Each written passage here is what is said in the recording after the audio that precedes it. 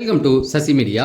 இப்போ சோஷியல் மீடியாவை கடந்த 2 நாட்களாக பார்த்தீங்கன்னா சோஷியல் மீடியாவில் ஒரு பிரச்சனை ஒன்று போயிட்டுருக்கு. சம்மந்தப்பட்ட ஆள் தப்பிச்சுக்கிட்டாரு, சம்மந்தமே இல்லாத 2 பேர் அடிச்சுக்கிட்டு நிற்கிறாங்க. யாரும் இல்லை, த்ரிஷா நம்ம பார்த்திபன் தான். த்ரிஷாவை கலாய்ச்சி பார்த்திபன் ஒரு விஷயம் சொல்லப்போ கலாய்க்கலாம் இல்லை, அவர் மனசில் பட்டதை டைரெக்டாக ஒன்று சொல்லிட்டாரு. அதுக்கு த்ரிஷா அவரை போட்டு மானங்கனியாக திட்டாங்க. இதுக்கு முன்னாடி வந்த தலைவர்கள் செலிப்ரிட்டியை கூட அவங்க அந்த அளவுக்கு திட்டல, பார்த்திபனை இறங்கி திட்டிருக்காங்க. இதுக்கு பின்னணியில் அவரை அவர் சமூகம் கொஞ்சம் இதாக இருக்கிறனால தான் அவங்க இறங்கி திட்டாங்க அப்படின்னு சோஷியல் மீடியாவில் ஒரு விஷயத்தை கிளப்பி விட்டாங்க. ஜாதி ரீதியாக சொல்கிறேன். அவர் கொஞ்சம் அதனால் த்ரிஷா திட்டாங்க அப்படிங்கிற மாதிரியும் சொல்கிறாங்க. அதில் நமக்கு உடன்பாடு இல்லை. ஆனால் உண்மையிலே இதில் என்ன நடந்தது அப்படிங்கிறது தான் பார்க்க போகிறோம். ஆனால் த்ரிஷா செஞ்சது தப்பு தான், விஜய் இதில் விட்டுட்டாங்க. ட்ரெண்டிங் டாபிக் தெரிஞ்சுங்க நம்ம சேனலில் சப்ஸ்கிரைப் பண்ணுங்கள். நாளைக்கு வீடியோவில் பிக் பாஸ் கொண்டாட்டம் அதை பற்றின அப்டேட் கண்டிப்பாக கொடுக்குறேன். இன்றைக்கி கேட்டிருக்கேன், அது என்ன எப்போ நடக்க போகுது அப்படிங்கிறத நாளை வீடியோவில் பார்க்கலாம். ஃபஸ்ட்டு எடுத்தோடனே ஒரு நிகழ்ச்சி பிகின் நியூஸோடைய ஃபங்க்ஷன் தான். அதுக்கு பார்த்திபன் போயிருக்காரு. போன இடத்துல தளபதி இப்படி வலசையா அவர்கிட்ட கேட்பாங்க. ஏன்னா பார்த்திபன் மாதிரி ஆளுங்கள்கிட்ட பேச சொல்கிறது தான் வழக்கம். அவர் நல்லா பேசுவார் இல்லையா? அப்படி இருக்கும்போது அவர் பேச சொல்லும் பொழுது ரேபிட் ஃபயர் குயிக்காக ஒன்லைனில் ஆன்சர் சொல்லணும். அதுக்கு இவரை இப்படி ஒருத்தவங்கள்ட்ட கேட்கும்போது த்ரிஷாவுடைய குந்தவை பொன்னியின் செல்வன் போட்ட உடனே எல்லா மனிதருக்குள்ளேயும் ஒரு ஆதங்கம் இருக்கும் இல்லையா? அந்த ஆதங்கம் அவருக்கு லைட்டாக எட்டி பார்த்துருச்சு.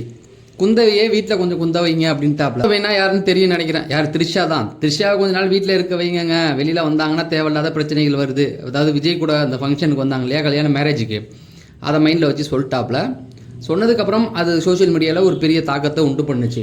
ஏன்னா இந்த நேரத்தில் அது ஒரு பெரிய பிரச்சனையாக போகும்போது அவர் சொன்னார்னா பெரிய அளவில் அது பேசப்பட்டுச்சு. உடனே அவருக்கு வருத்தம் தெரிவித்தார்.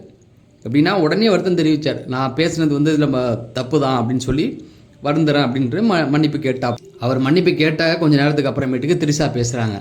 ட்விட்டரில் போட்டு அவர் வருத்தம் எடுத்துட்டாங்க. மைக் இருக்குது அப்படிங்கிறதுனால நீ புத்திசாலியா, முட்டாள்தனமாக பேசிக்கிட்டு இருக்கா, அப்படி இப்படின்னு ஒரு எந்த அளவுக்கு இறங்கி பேசணுமோ அந்த அளவுக்கு இறங்கி பேசினாங்க. இப்போ தான் நான் முதல்ல சொன்னல ஜாதி ரீதியாக ஒரு சில விஷயங்கள் போச்சு அப்படின்னு.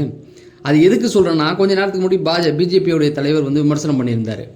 அவங்களுக்கு டீசெண்டாக பதில் கொடுத்தாங்க த்ரிஷா. எனக்கு அந்த கட்சிக்கும் எனக்கு எந்த சம்மந்தமும் இல்லை, என் பேரெல்லாம் அங்கே இழுக்காதீங்க அப்படின்னு. அவர் என்ன சொல்லியிருந்தார்? அவரும் இதே தான் சொல்லியிருந்தார், தரக்குறவாக தான் பேசியிருந்தார். இப்போ த்ரிஷா விட்டு விஜய் வரணும், பனையூரை விட்டு வரணும், த்ரிஷா விட்டு வரணும், த்ரிஷா கூட ஒரு ரிலேஷன்ஷிப் இருக்குது, அதை விட்டுட்டு வரணும்னு சொன்னாப்புல. அப்போ அவங்க சொன்ன பதில் பார்த்தீங்க அப்படின்னா, எனக்கும் விஜய்க்கும் கட்சி ரீதியான எந்த ஒரு சம்மந்தமும் கிடையாது, டிவிக்கு எனக்கும் என்னை பற்றி பேசாதீங்கன்னு சொன்னாங்க. ஆனால் உண்மை என்னன்னு பார்த்தீங்கன்னா 15 நாள் கழித்து அவர் மன்னிப்பும் கேட்டாப்புல. பிஜேபி தலைவர் கேட்ட 15 நாள் கழிச்சு அது உண்மையாக வேறு ஆயிடுச்சு. அப்போ அவர் இப்போ வருத்தப்பட்டுக்கிட்டு இருக்காராம். நான் பேசப்போ ஊர் உலகமே சேர்ந்து என்னை அடிச்சிங்க, இப்போ உண்மையாக தான் அதானையா நடந்துக்கிட்டு இருக்கு அப்படின்னு. அப்போ அவங்கக்கிட்ட பேசின த்ரிஷா அவர்கள் பார்த்திபன்கிட்ட பேசும்பொழுது தரக்குறைவா, ரொம்ப கேவலமாக, அவர் பேரை சொல்லலை, இறங்கி எவ்வளோ நீ முட்டாள் அந்த அளவுக்கு இறங்கி பேசியிருக்காங்க. பார்த்திபனாவது என்ன சொன்னார்னா அவங்கள வீட்டில் உட்கார வைங்கன்னாப்புல, அவ்வளோதான், வேறு எதுவுமே சொல்லலை. குந்தவையே வீட்டில் குந்த வைங்க அப்படின்னாங்க. ஆனால் அவர் என்ன சொன்னார்? த்ரிஷா விட்டு வரணும்னு விஜயை ஓப்பனாகவே 2 பேருடைய ரிலேஷன்ஷிப்பை ஓப்பனாக அடித்தார். அதிகமாக பேசுனது யாருன்னா பிஜேபி தலைவர் தான். ஆனால் அவர்கிட்ட பேசும்பொழுது ரொம்ப மரியாதையாக பேசுன த்ரிஷா இவர்கிட்ட ஏன் அப்படி பேசுகிறாங்க அப்படின்ற மாதிரி கேள்விகள் போணுச்சு. பட் அதை பற்றி நம்ம டீட்டெயில்டாக போக வேணாம். ஆனால் அந்த மாதிரியான ஒரு விஷயம் நடந்தது.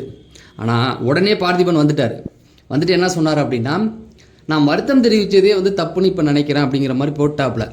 அதுவும் மைக்கை தட்டி 1 2 3 ஷா அப்படின்ற மாதிரி ஆரம்பித்தாப்புல. ஆனால் அதில் ஆரம்பிச்சுட்டு என்ன சொன்னால், என் அடிமனசில் இருந்தது தான் பேசுனேன், நான் பிளான் பண்ணிலாம் பேசலை, அடிமனசில் இருந்ததை பேசினேன், நண்பர் சமுத்திரக்கனியும் அதான் நான் பேசினாப்புல அப்படின்ட்டாப்புல. இந்த போகிற போக்கில் அவரையும் போட்டு விட்டாப்புல. சமுத்திரக்கனியும் பேசினாப்புல, அதுவும் வைரல் ஆச்சு. என்ன அப்படின்னா, உனக்கு ஏன் இவ்வளோ ஈகோ அப்படிங்கிற மாதிரி பேசியிருந்தாப்புல. ஃபேமிலி குடும்பம் இதெல்லாம் பிரச்சனைன்னு போகுது. விஜய் ஆக்சுவலாக என்ன பண்ணியிருந்தார்? அவர் ஈகோவை தான் அங்கே வெளிப்படுத்தியிருந்தார். இந்த மாதிரி பேசுகிறீங்களா, இந்த மாதிரி நான் கூப்பிட்டு வரேன், உங்களால் என்ன பண்ண முடியும் அப்படிங்கிற மாதிரி தான் வந்தாப்புல.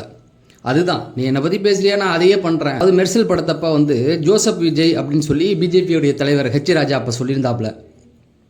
அவர் ஒரு கிறிஸ்தவர், அதனால தான் இந்து தாக்கி பேசினார் அப்படின்னு.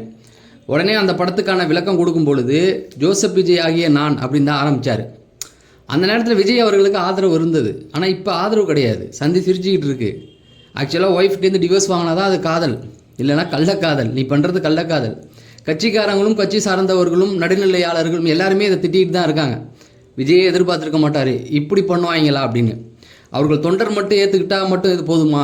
தொண்டர்கள் 1000 பேசுவாங்க, ஓகேங்களா? எல்லாருமே பேசுவோம். இப்போ பிக் பாஸ் ஒரு நிகழ்ச்சி நடந்தது, ரிவ்யூ பண்ணிட்டு இருந்தோம், நமக்கு பிடிச்சவங்களுக்காக நம்ம பேசுவோம். எல்லாரும் பேசுவாங்களா? விஜயை வந்து எதிரியாக பார்க்கல. அரசியலில் ஒரு மாற்றம் எனக்கு வேணும் தான், மாற்றம் வேணும்னு நானும் நினைக்கிறவன் தான். ஆனால் அதுக்காக ஈகோ இப்படியா காட்டுறது? இந்த நேரத்தில் பார்த்திபன் பண்ண ஒரே தப்பு என்ன அப்படின்னு பார்த்தீங்கன்னா, அவர் வந்து சாரி வாங்கி எடுத்து கொடுத்தாலும் நீங்கள் வந்திருக்க கூடாது அப்படிங்கிற மாதிரி சொல்கிறாப்புல.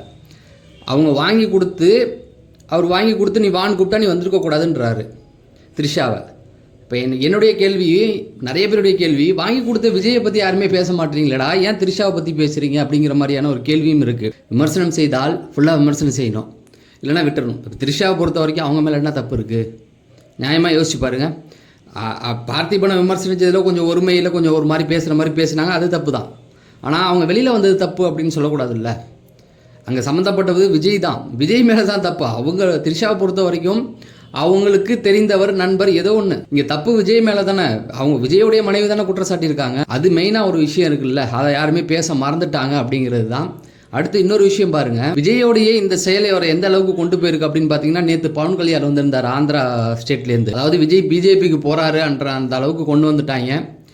என்னை பொறுத்த வரைக்கும் ஒரு தப்பான ஒரு மூவ் தான் அப்படின்னு நான் நினைக்கிறேன். பிஜேபியோடய சேர்றது அப்படிங்கிறது தமிழ்நாட்டில் வாக்கு வங்கியே 1% கூட வாங்கி தராது. அலானப்பட்ட ஏடிஎம்கே கூட இது வச்சு கூட்டணி வச்சு விலை போகலை. இங்கே பாருங்க, அதிமுக, தேமுதிக, இதோ பாட்டாளி மக்கள் கட்சி, இதோடெல்லாம் கூட்டணி வச்சு பிஜேபியால் வந்து ஜெயிக்க முடியல.